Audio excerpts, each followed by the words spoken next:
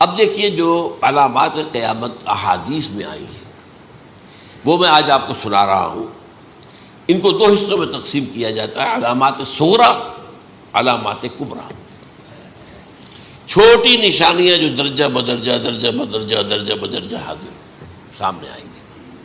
ایک ہے بالکل قیامت سے متصل قبل بڑے جو خرق عادت واقعات ہوں گے وہ آئیں گے. اچھا، پہلی چیز کے سلسلے میں حضرت انس رضی اللہ تعالیٰ عنہ سے یہ مروی ہے اور یہ حدیث متفق علیہ ہے. پہلی علامت حضور نے بیان کی قیامت کی علامات میں سے. اب میں لفظ قیامت اسی معنی میں بول رہا ہوں جس میں کہ ہم عام طور پر بولتے ہیں.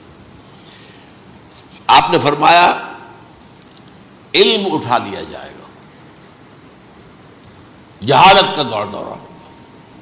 اب یہ کون سا علم اٹھایا جائے گا؟ سائنس کا علم نہیں، دین کا علم. آج تو ساری قدر و قیمت جو ہے جس کے لیے دوڑتے ہیں لوگ لاکھوں روپے کی فیسیں دے کر، ایم بی اے ہو رہے ہیں، یہ جو ہے اکاؤنٹنسی کا پاس کر رہے ہیں، یہ سی اے کر لیا ہے، یہ کوئی اور جو ہے فزکس میں کوئی کیمسٹری میں ڈاکٹریٹ کر لی ہے، ڈاکٹر بن جائے تو کیا ہی کہہ رہے ہیں. اس لیے کہ بڑی چیز جو پاکستان سے ایکسپورٹ ہوتی ہے وہ ڈاکٹر ہیں. جو اتنے بڑے پیمانے پر جو کالج کھلے ہوئے، 3 لاکھ روپے ایک سال کی فیس، 5 لاکھ روپے ایک سال کی فیس. یہ کیوں لیتے ہیں اور کیوں لوگ دیتے ہیں؟ کہ موقع مل جاتا ہے ایم بی بی ایس کر کے. امریکہ کے اندر بھی ڈیمانڈ ہے، ان کے ہاں ڈاکٹر جو ہیں جتنے ہونے چاہیے نہیں ہے، لہذا اور بھی بہت سی جگہوں پر ڈیمانڈ ہے. تو جس چیز کی مارکیٹ میں ڈیمانڈ ہے وہ علم ہے. آج علم کمپیوٹر کا علم ہے یہ. حالانکہ ان میں سے کسی کے اوپر لفظ علم کا اطلاق میرے نزدیک غلط ہے، جہالت ہے.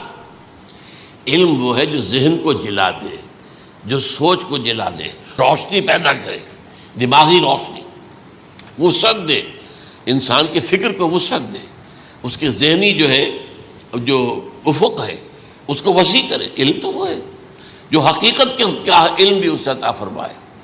قرآن ہے، حدیث ہے، باقی اور چیزیں جو اس سلسلے میں آ سکتی ہیں وہ ہے کہ جو قرآن اور حدیث کی سمجھنے میں مومن ہوں اور زیادہ جو ہے اس کے تک فہم کو آسان کر دیں. لیکن یہ کہ فرمایا علم اٹھا لیا جائے گا، جہالت کو فروغ ہوگا. ظاہر بات ہے ایک ہی بات ہوئی ہے. دوسرے نمبر پہ یہ کہ جہالت کو فروغ ہوگا. نمبر 3 زنا کثرت سے ہوگا. نمبر 4 شراب نوشی عام ہو جائے گی. نمبر 5 عورتوں کی تعداد بہت زیادہ ہو جائے گی، مردوں کی تعداد کم ہو جائے گی. یہاں تک کہ 50 عورتوں کا خیر خبر کرنے والا، کوئی نگرانی کرنے والا، وہ ایک مرد. اچھا، یہ تو ہے ایک حدیث جو میں نے آپ کو بیان کر دی، متفق علیہ. یہ بخاری اور مسلم دونوں میں ہے. دوسری حدیث بخاری کی ہے، اس کو حضرت ابو ہریرہ رضی اللہ تعالیٰ عنہ نے روایت فرمایا ہے. قیامت آئے گی جب امانت ضائع ہو جائے گی. آج ہمارے ہاں امانت کے ضائع ہونے کا جو نقشہ ہے شاید پوری دنیا میں کہیں اور نہیں. جس طرح کے غبن یہاں ہوتے ہیں، جس طرح کک بیکس جو ہے وہ لیے جاتے ہیں. اس غریب یعنی قوم غریب ہے لیکن یہاں وہ امیر بہت بڑے بڑے لوگ ہیں.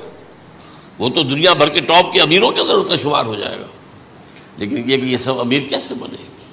غبن بلین آف ڈالرز کا. اب تو اس سے کم کی تو بات ہی نہیں ہوتی.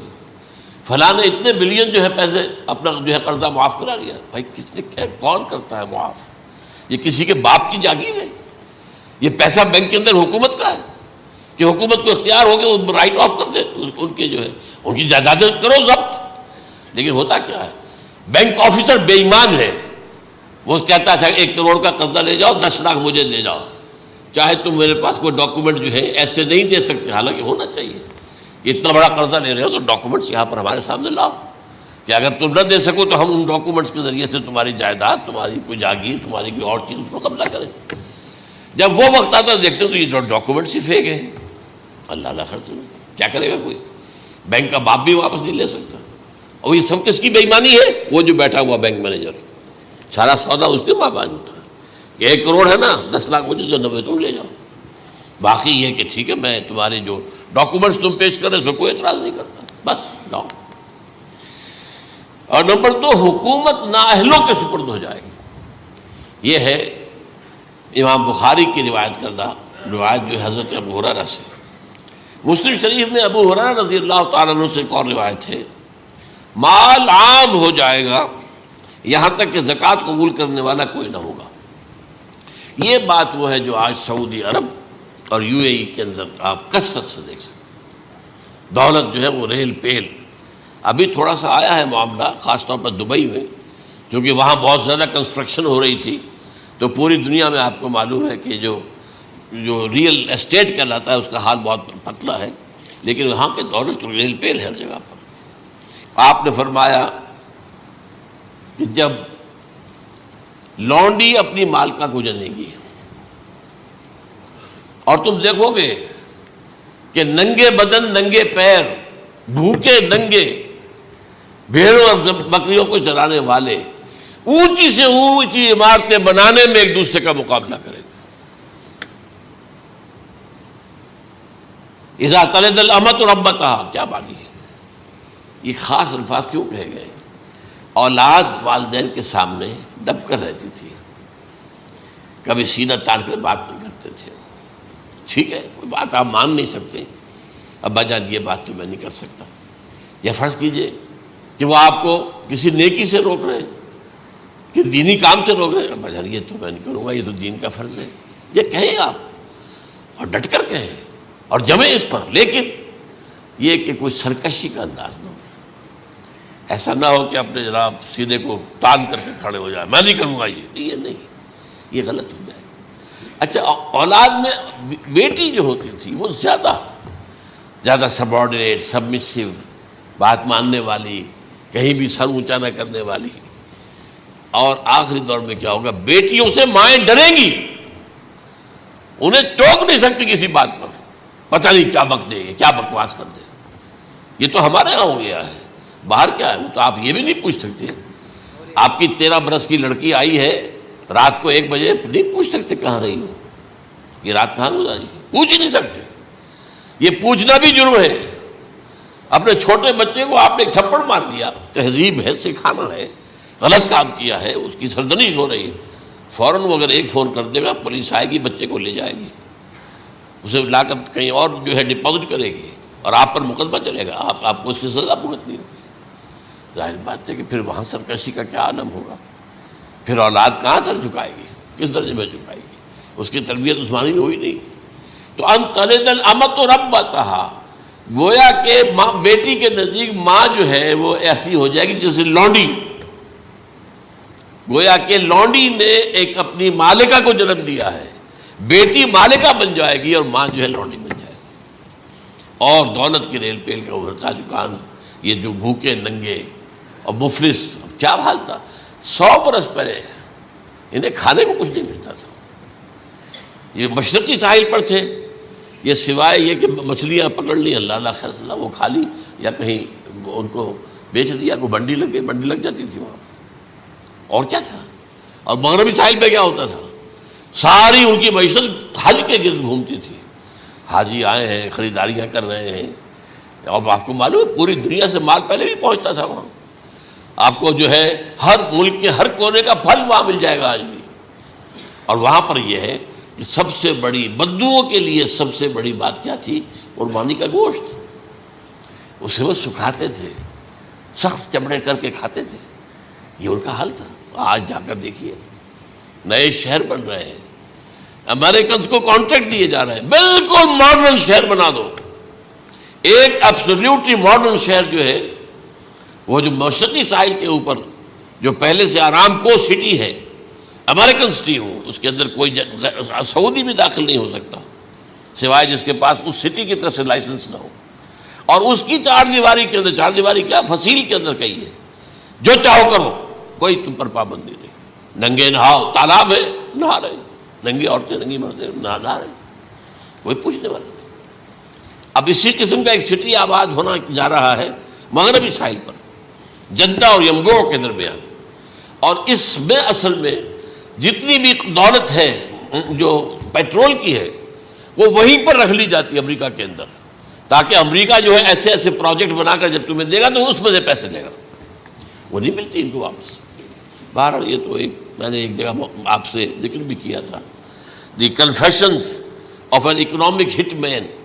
وہ کنفیشنز کی بات جو ہے اگر آپ میں سے کسی کو دلچسپی ہو تو اسے پڑھیں کہ کس طریقے سے 1973 کے آئل امبارگو کے بعد جو شاہ فیصل شہید کے زمانے میں ہوا تھا، پھر جس طریقے سے امریکہ نے ان تمام ممالک کو جکڑ لیا ہے، اس کا پورا جو پروسیس کیا تھا وہ سامنے آتا ہے.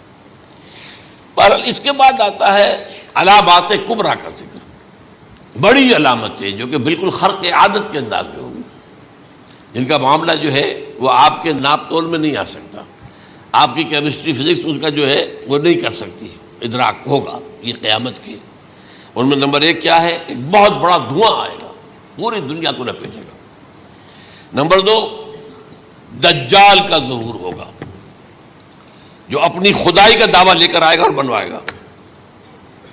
اس کے ہاتھ میں ہو جائیں گے، قبضے میں ہو جائیں گے سارے ذرائع پیداوار کے. اس کی طرف بھی پہلا قدم اٹھ چکا ہو، ٹرپس کے نام سے معاہدہ ہو چکا ہے. کوئی ملک اپنا بیج پیدا نہیں کر سکتا ہو. یہ بیج ہم نے ڈیولپ کیے ہیں. ان کے ڈیولپمنٹ سے پہلے تم ایک ایکڑ سے کتنی گندم لیتے تھے، آج کتنی لے رہے ہو؟ کس بنا پر؟ جینیٹکس کا جو کام ہم نے کیا ہے اس کی بنا پر ہو رہا. ہاں تو ہمارا حق ہے، اس کی رائلٹی ہمارے پاس آنی چاہیے.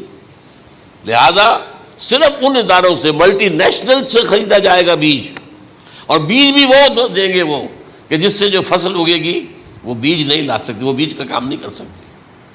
جیسے آپ کو معلوم ہے کہ آپ کے ہاں جو گوشت کھایا جاتا ہے مرغے کا، تو مرغا وہ جو ہے اس میں مرغا ہو یا مرغی ہو، اس کے اندر کوئی وہ کیفیت ہی نہیں ہے. ان کے انڈے جو ہے ان سے آپ بچے حاصل نہیں کر سکتے. ہے تو انڈا، دیکھنے کو تو انڈا ہے، لیکن وہ بنڈا جو ہے اس سے بچہ تو نہیں حاصل کر سکتے. ایسے ہی وہ گندم کا بیج دیں گے، نظر آئے گی گندم، لیکن اس کے اندر وہ صلاحیت نہیں ہے کہ اس سے جو فصل اگے گی اس کا نتیجہ جو ہے وہ بھی آپ لے سکیں. یہ ہونا ہے، اللہ جانے. قدم اٹھ رہے ہیں ادھر. پھر یہ ہے کہ دابۃ الارض، زمین سے ایک حیوان نمودار ہوگا، زمین شق ہوگی. ابھی میں کہہ رہا ہوں خرق عادت ہے، یہ چیزیں وہ نہیں ہیں جو ہماری کسی حساب کتاب میں جو باتیں پہلے آئی ہیں وہ تو حساب کتاب میں آ رہی ہیں، ساری سمجھ میں آ رہی ہیں، ساری چیزیں مشاہدہ ان کا ہو رہا ہے. لیکن یہ ہے کہ دابۃ الارض، یہ کہتے ہیں کہ کوہ صفا، اس میں تو نہیں ہے حدیث میں، کوہ صفا پھٹے گا اور اس میں سے ایک حیوان دابہ وہ ظاہر ہوگا. تو اسی لیے فرمایا ہے وَإِذَا وَقَعَ الْقَوْلُ عَلَيْهِمْ أَخْرَجْنَا لَهُمْ دَابَّةً مِّنَ الْأَرْضِ تُكَلِّمُهُمْ. تو ہم اندر سے پیٹ کے چیر کر زمین کے پیٹ کو ایک حیوان کو برآمد کریں گے جو انسانوں سے بات کرے گا، گفتگو کرے گا. نمبر 4 طلوع الشمس من المغرب، یہ بھی خرق عادت. سورج تو طلوع ہوتا ہے مشرق سے، غروب ہوتا ہے مغرب میں، لیکن اس وقت معاملہ الٹا ہو جائے. یعنی جو کائنات کے اندر جو گڑبڑ ہوگی کچھ سمجھ میں بات آتی ہے کہ یہ معاملہ جو ہے یہ تو اس پورے سولر سسٹم کو اگر بدل دیتے ہیں تو مشرق مغرب ہو جانا، مغرب مشرق ہو جانا، یہ سمجھ میں آنے والی بات ہے. اس کے بعد ہے عیسیٰ ابن مریم کا نزول، جس کے بارے میں آج میں نے گفتگو کی ہے تفصیل سے. یہ نزول ہونا ہے، یہ علامات قیامت میں سے حضور نے بیان فرمایا ہے، اور قرآن مجید کی جو اصطلاحات ہیں اس کے حوالے سے میں نص قطعی جو ہے وہ میں آپ کے سامنے رکھ چکا ہوں. پھر یاجوج ماجوج کا ایک معاملہ ہے، یہ میں ابھی اس وقت زیادہ اس پر بات نہیں کر سکتا. حضرت عیسیٰ علیہ السلام کے نزول کے بعد 2 کام ہوں گے. یہودیوں کا قلع قمع ختم، تمام یہود، ایک کام تو یہ ہونا ہے. اور نمبر 2 عیسائیت کا ختم ہو جانا. عیسائیت کی نفی کر دیں گے، بھائی تم مجھے خدا کا بیٹا بنائے بیٹھے ہو، میں تم خدا کا بیٹا نہیں ہوں، میں تو اس کا بندہ ہوں، رسول ہوں. میں نے تم سے کب کہا تھا کہ مجھے خدا کا بیٹا بناؤ. نمبر 2 یہ کہ وہ خنزیر کو قتل کر دیں گے. یعنی یہ تم نے خنزیر کب سے کھانا شروع کر دیا؟ میں تو تم کو نکاح اجازت دے کر گیا تھا، یہ تو شریعت موسوی میں حرام تھا، اور میں کہہ کر گیا تھا کہ یہی شریعت تم پر لاگو رہے گی. How come? تم نے کیسے یہ؟ آج بھی بہت سے رومن کیتھولکس جو ہے وہ سور نہیں کھاتے، وہ اس میں ہے ان کے اندر کچھ نہ کچھ بات جو ہے جو حضرت عیسیٰ کی تعلیمات کا کچھ اثر ان کے ہاں ہے.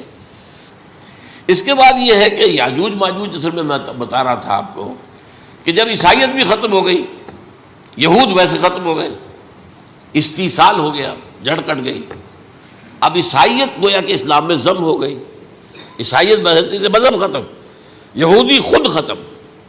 اب یہ طاقت کتنی ہو جائے گی؟ تقریباً 2/3 دنیا آ گئی.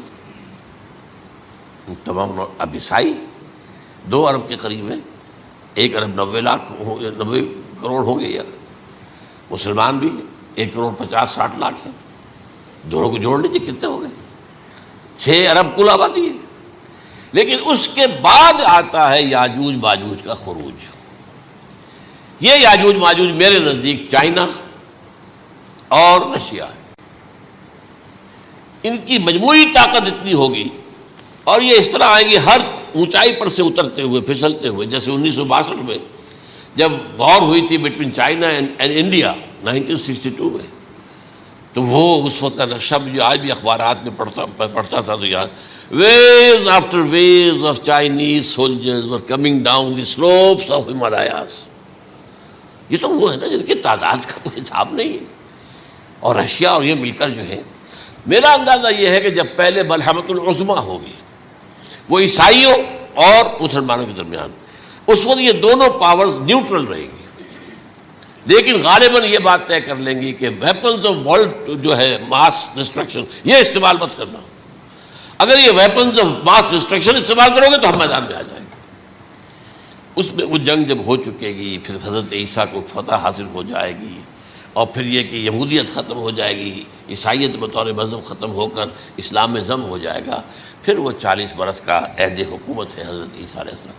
لیکن جب یہ فتح ہو جائے گی ان پر، اب یاجوج ماجوج آئیں گے اور اتنی تعداد میں آئیں گے کہ بحیرہ طبریہ جو ہے اس کا سارا پانی پی جائیں گے.